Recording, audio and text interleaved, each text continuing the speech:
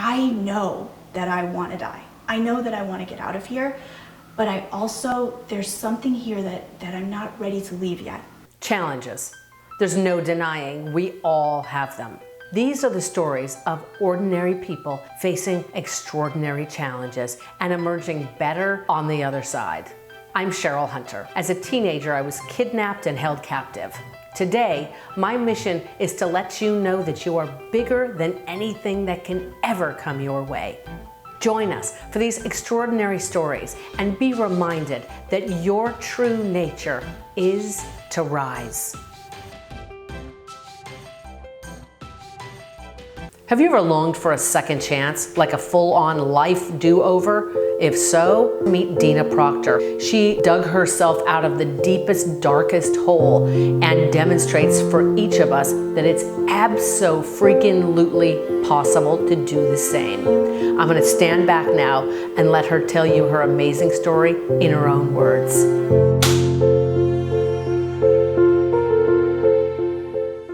Tell me your remarkable story. Kind of, I guess, came to a turning point. I was 32 years old.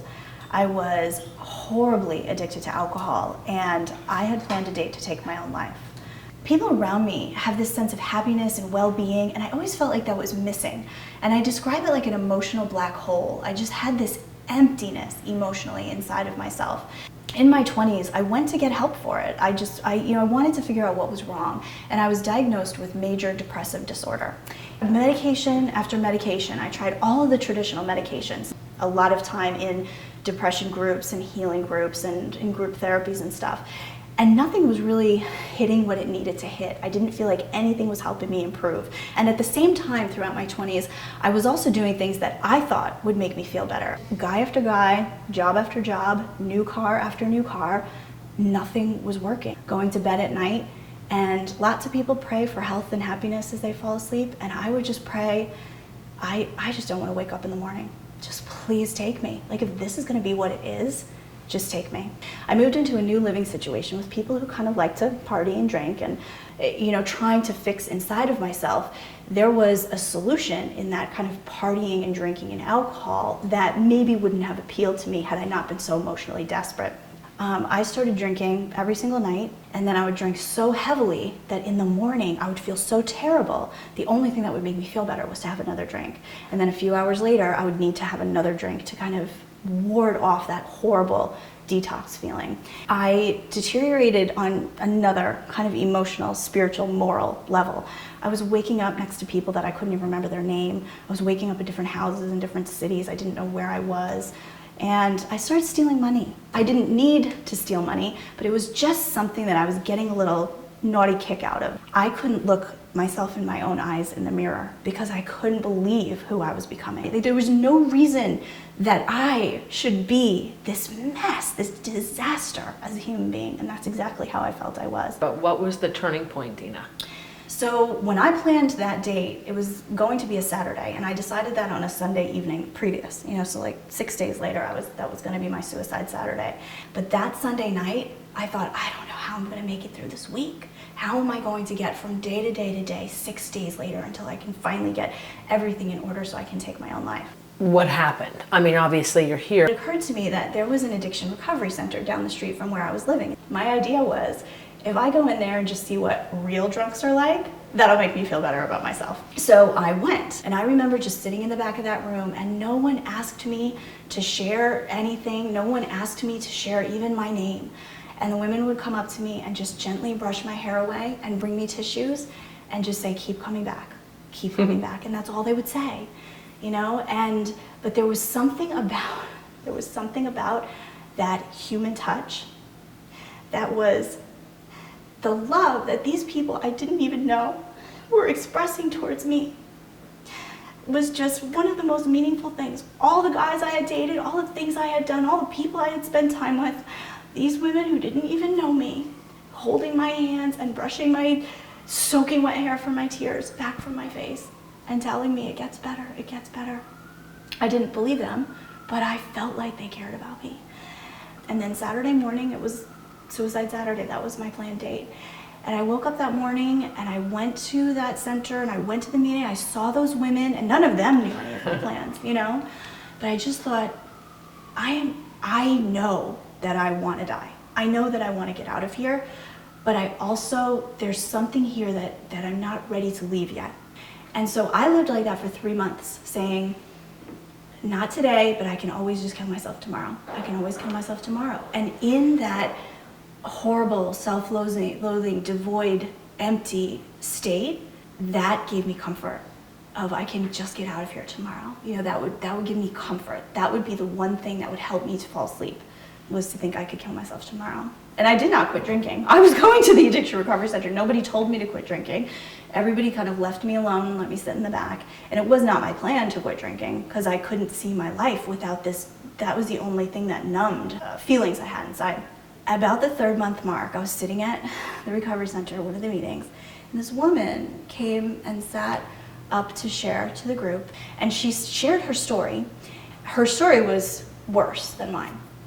And she looked so happy and put together and confident. And I thought, I want that. Whatever she's got, I want that. So I went up to her after and I said, listen, I haven't quit drinking. I don't know what I want to do, but I like you. So what did she teach you? You know, it's funny, it wasn't anything that I expected. The first thing that she told me to do was that I needed to learn to meditate. And so her specific instruction to me was to sit still every morning for 20 minutes and focus on my breathing. I thought I should be hitting pillows with baseball bats and writing letters and not mailing them.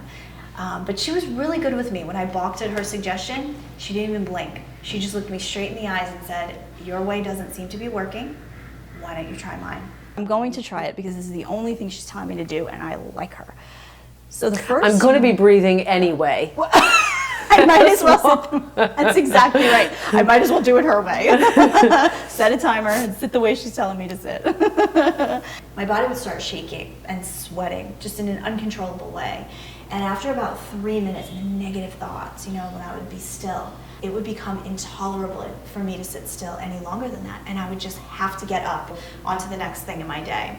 But it would nag at me later. You know, the straight A student was back in there saying, that was the only thing she told you to do and you couldn't even do that. So what I would do was 3 minutes several times a day so that by the end of the day, I could tell her that I made her quota. Beautiful. I thought she would be mad at me, but she was really good. She said, whatever you can do is great, just keep it consistent. And you and I are both kind of passionate, Cheryl, about transformation and understanding how the mind and the body and the brain work together in order to create transformation in a human being. And what I understand now is that I was literally rewiring the way that I thought, the neural pathways in my brain. There was a healing going on in that stillness that I would find just 3 minutes a couple of times a day. And so that was the underlying key to everything transforming in my life. Now, if you were going to give this away to someone who's facing a challenge, somebody who's dealing with something difficult in their own lives, what would you say is the roadmap to resilience that you have discovered that you can now pay forward to others? I love that, the roadmap to resilience. Beautiful. On my roadmap, I would advise people, first of all, to reach out and ask for help. You know, I had so much shame around what I was dealing with that I couldn't even really ask anybody to help me. But that's what the key was. You know, there are experts out there that can help, and there are also people that have walked that path ahead of you that can reach their arms back and help you along too. I have this notion, which is that those things that have been our biggest challenge can be truly our biggest gift. Mm-hmm. I wanted to hear what you think about that. What I experienced, I wouldn't wish on anyone on this planet, but I also wouldn't change a minute of it. Because if it hadn't happened, I'm living a dream now. I love sharing this. I love helping people. I love being a source of a modality that can help people change their lives. And if I hadn't hit the rock bottom that I had hit, I never would have discovered this avenue of transformation. I never would have known that these short focused breaks throughout the day could be so transformative. And so without that, there would be an emptiness inside of me.